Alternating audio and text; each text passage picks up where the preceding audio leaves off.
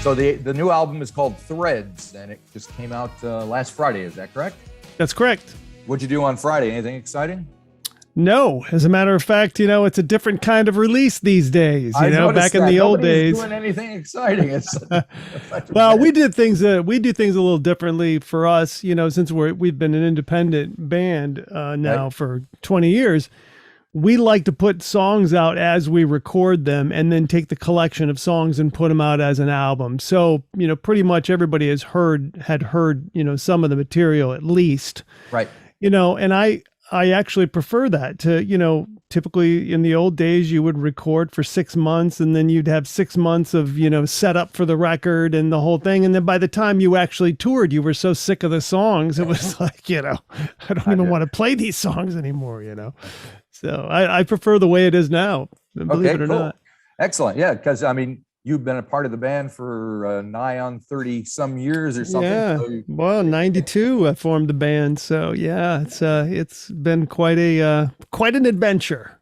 And the band has changed a bit. The music industry has changed a bit. Everything's different these days. What do you think? Is it better or for worse? Better for the reasons I said earlier, where, there's an immediacy to your art, which I like. I like as a writer, and I think there are a lot of other writers out there, when you write something and you're excited about it, you want to get it out there. You're so proud of it. They're your babies, put it out there. Where in the old days, you'd have to wait. The bad things about it, streaming is killing us, but we've been able to adapt, our band at least, and find different revenue streams and that kind of thing. Like I said, we run it like a business, like any other business, and that's what you got to do, And you're back on the road. You're playing gigs, right? Yeah, we're playing as many gigs as we can. Everybody wants to play now, so it's tough to get gigs. You know what I mean? I called this a year ago. I said, people were like, "Oh, wait, it's going to be great when you guys go out again." I'm like, "No way. Every band wants to tour." That means that, every nightclub is going to be in the catbird seat. They're going to be able to get bands without paying guarantees and all that stuff. But again, these aren't complaints. It's just ways that we now have to adapt to things. We got to cut our budget, and go no frills, which I don't mind doing. If you write good songs, I believe any band writes good songs, you can play those songs and they'll sound great just on acoustic instruments. You know what I mean? You don't need the pizzazz. People, it's still a compelling show just to have good songs, and I'm confident in our show for sure. So cool. Now, just speaking of tour, I think I saw somewhere where you were flying around in an open air cockpit plane of some description. Oh yeah. Down in Tulsa or someplace. Yeah. Well, when you're in a band with, these guys are my family, we just have a blast. And when we go places, we like to take advantage of, offers that local, pilots have for us. They have, they have these vintage airplanes, and, we have a couple guys in the band who hate flying, but they even got on it because it's a once in a lifetime thing. There's no cover over the cockpit and the whole thing, you're just out there in the open air, and it was fabulous. We had a blast, So not sure if I could be persuaded, but there you go. I'll bet you we could persuade you. There's a lot of peer pressure in our band not to do drugs or alcohol, but which we do. Not drugs, but anyway. No, to do fun things and to take advantage of being out on the road, and those kinds of situations. We like to do that as a family, Yep. So tell me a bit about the band and the status of it. Especially this person, Channing Lee. Channing's a revelation for me as a writer because, being from, being in the business so long and writing so many albums, I'm running out of things to say lyrically. You know what I mean? I've told a lot of stories. Yep. And you don't want to be derivative, and I met Channing and her husband Quinn. They were a duet, and she wrote really great storytelling, funny, quirky songs, and he played the banjo and she tap danced and silly stuff like that. Were they based in like Nashville or someplace? They were Nashville. Yeah, they were Nashville. And I convinced them, I said, they weren't getting a lot of gigs there because there's a lot of bands like that. I said, there's nobody like that in Michigan. Come up here. And sure enough, they came up here. They were a huge success up here. People loved them. And then, And then I needed help with songwriting. I said, Shannon, I got the song. I can't figure out what to do with it. You know, it happened to be a song called "The Freeze" about the sexual assault of Larry Nasser at MSU, the gymnast doctor. Right. And I said, I can't sing this song and I can't write it because that would be mansplaining. You know what I mean? I can't write it from the perspective of a victim. I said, so let's work on this together. We got together a couple days in the hotel room and we said, you know, when we were on tour and we worked it out. And I said, you know, you have to sing this. I am only flesh and bone, running through the great unknown, stumbling over sticks and stones, till I'm down upon my knees. Suddenly the day is night, things aren't always black and white.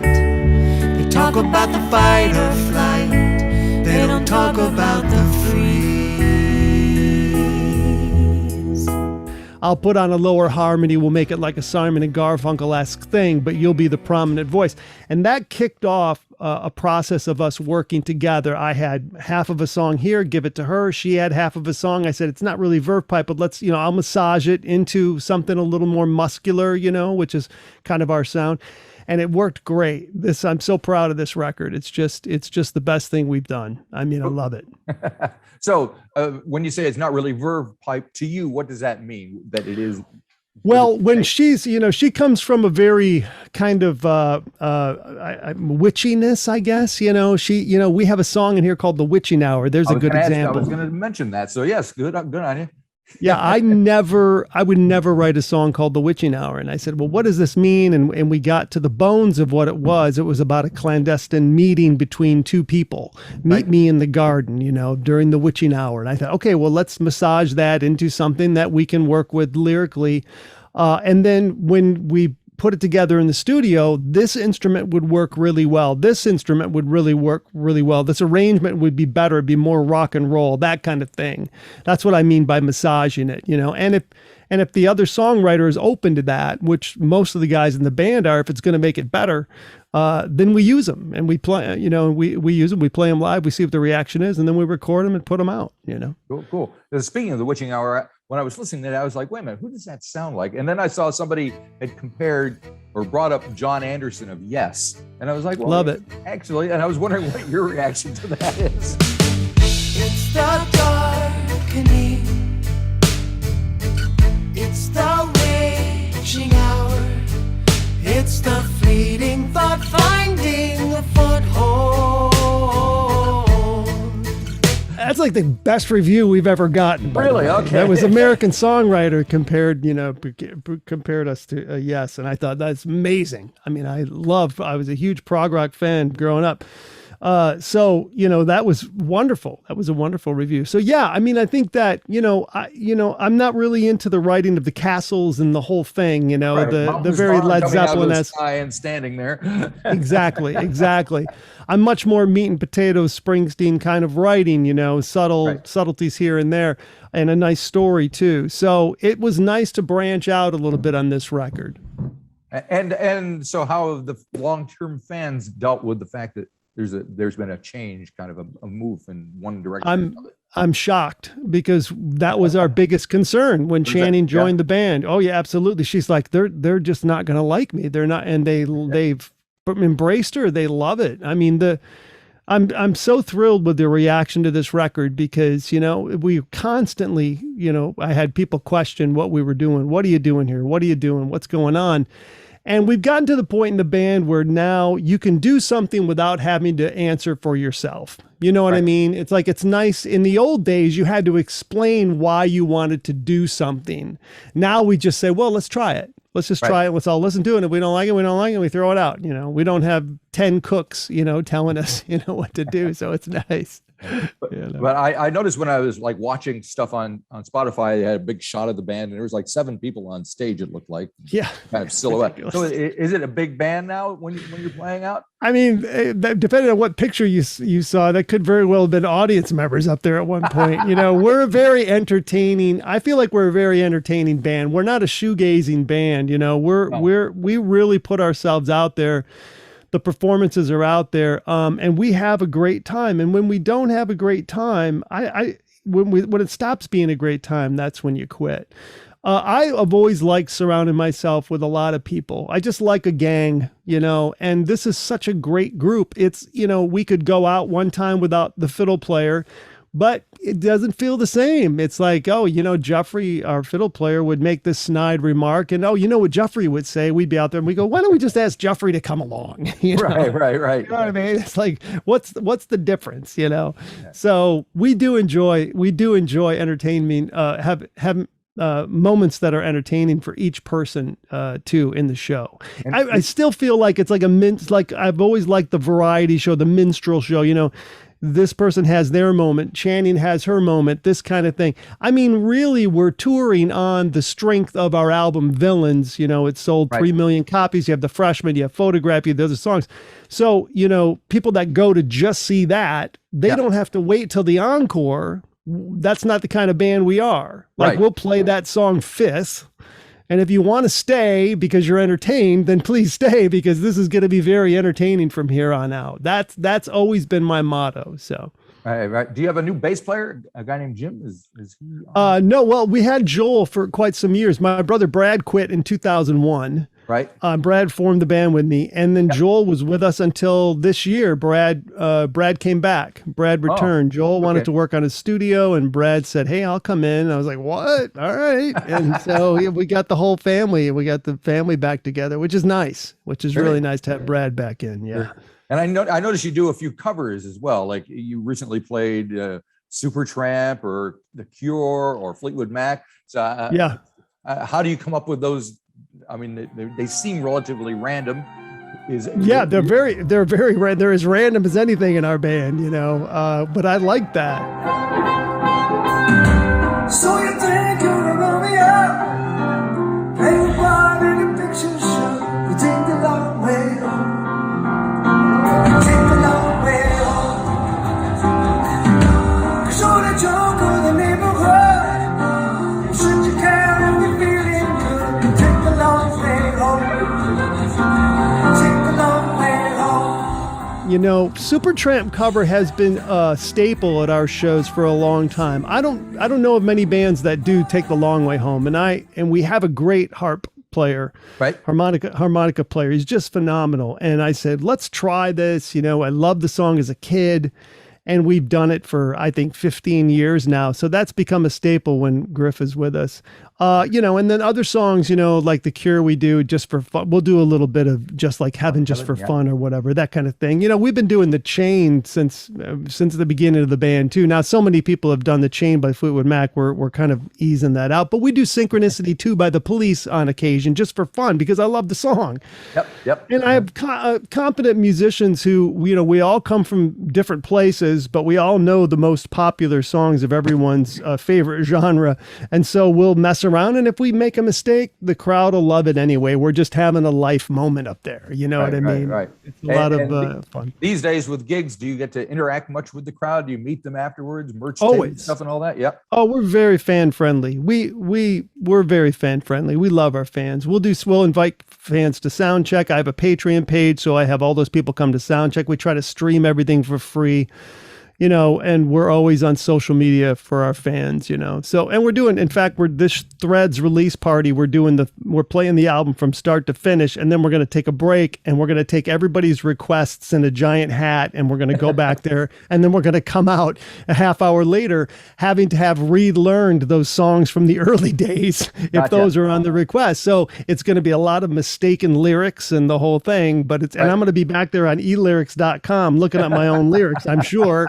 I've seen that on stage by other artists, so it's kind of weird. It's kind of weird, but you know what? Yeah, I mean, look. When you're my age, it's like, oof, man, there's so many songs. So yes, we embrace our fans the way that they embrace us, for sure. Yeah. Cool. One track that I just wanted to touch on was "What Might Have Been." It seemed like quite the rocker, kind of stood out from some of the other stuff that was around it. So maybe you can just touch on that. Tell me a little.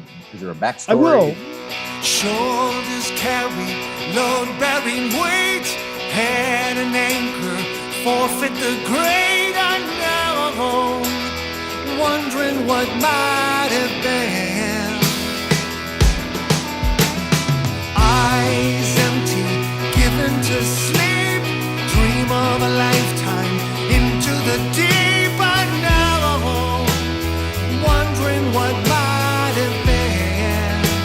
I will, yeah. I think What Might Have Been came from a Paul Simon lyric. I was reading through Paul Simon's lyrics and listening to, and it was slip sliding away and think of things that might have been. I thought, What Might Have Been would be a great name of a band or a song, and then I started thinking about that. And then I thought, this whole album, we're trying to thread, the idea of threads is the crimson thread that goes through all of us. We're all connected. And I thought, well, wouldn't it be great to connect all of our work, our whole catalog in some way? And it's worked so far because What Might Have Been would have fit perfectly on our album Villains with all those hard rockers. And that's what I thought, well, this will fit. We'll make this fit. And then we put the lush harmonies on and that kind of thing. So I'm really proud of that one. In fact, we worked on it last night because we haven't played it live yet, but it's a lot of fun to play. It's a lot of fun to just hear the bombast of the bass and the drums every once in a while, that's cool too. Cool. And you mentioned that threads is kind of, the concept is inspired by some kind of Japanese legend, folklore legend. Folklore. So who got that? Who discovered that and brought that into the group? That was all Channing. Again, she brought that to the table. These are one of the things that I may not have discovered on my own. It's not really in my wheelhouse, and she's an avid reader and an avid believer in, different cultures and what they bring to our lives here in the United States. And she said that, and I was like, oh my God, that is amazing. That's going to fit in with everything. And when she wrote the lead song, Forever Reaching, which was the first single, that was where that comes from. There's a crimson thread, that connects us. And I thought, man, this album is that. It's that exactly. Cool. And I see you even covered one of Channing and Quinn's tunes in your shows, right? Oh yeah, we have let her do her moment. She does a Channing Lee song, which was a Channing and Quinn song called Bridges Are Burning. And she does a loop pedal thing and she does her own thing and does all of her heart. She gets 6-part harmonies going on for this 2.5 minute song. It's ridiculous, but it brings the house down every night. Right. So are you heading back on the road? Are you taking a break now? Where are you at? Right now, during the holiday season, we've got 3 big shows in Grand Rapids. They'll be sold out shows in Michigan, where we're from, and then we're going out after that. The big tour should end up being moved now to February. So mid-February, we're going to get a hard push for the rest of the winter. We love to travel in the winter. Not many bands do, but I don't know what it is about our band, but we're always traveling in the winter. And people that go to shows in the winter, especially in smaller towns, really appreciate you. They're always the best shows. Right. So that's going to happen for us in February 22. And so when you have a little bit of downtime, are you writing constantly, or I'm constantly writing? Yeah, I've got some solo songs that I've been working on, and I'll be going into the studio December 1st to write to record a couple of solo songs. So it's a constant. It really is. As long as the muse keeps striking for me, I take advantage of it. It's just, there's nothing else for me. I love it. Now, you touched on the fact that you guys still play The Freshman. It was a huge hit in the 90s. And for a lot of people, I'm guessing, who are kind of not hardcore fans, that might be the only tune that they know about you when they come and see you. So do you kind of keep that in mind, or do you see how people react to the way the band has moved on? When I was young, I knew everything. She a punk who rarely ever took advice. Now I'm guilt-stricken, sobbing with my head on the floor, stopping baby's breath and a shoe full of rice. No. Well, I mean, there would never be a time where we wouldn't play the song. The thing about the song is that it brings so much joy and nostalgia to people now at these shows that you can't dismiss that. I've played the song, over I think we figured it out 11,000 sometimes, that I've actually played this song, but there's a certain point where you lose the emotion of it that you first had when you're singing this story, because, over 20 years, 30 years, things have glossed over it. But what I do get from it is a tremendous amount of energy back from the crowd that is very appreciative of that this song existed.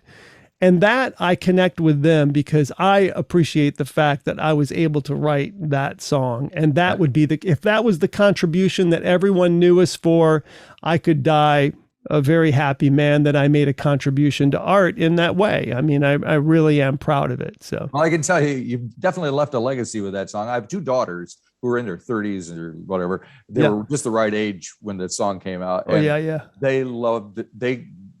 They belt that song out, you know. Oh, I love it. Along with the whatever it is, or karaoke, or just the YouTube thing. And it's, I mean, it's I love to see that. You know, it's so funny you mentioned karaoke. Last year, my wife and I were in New Orleans, and we went into a karaoke bar, and there was maybe 10 people there, and I sang. And she put my name in to sing The Freshman, and I went up and sang The Freshman. Nobody knew who I was.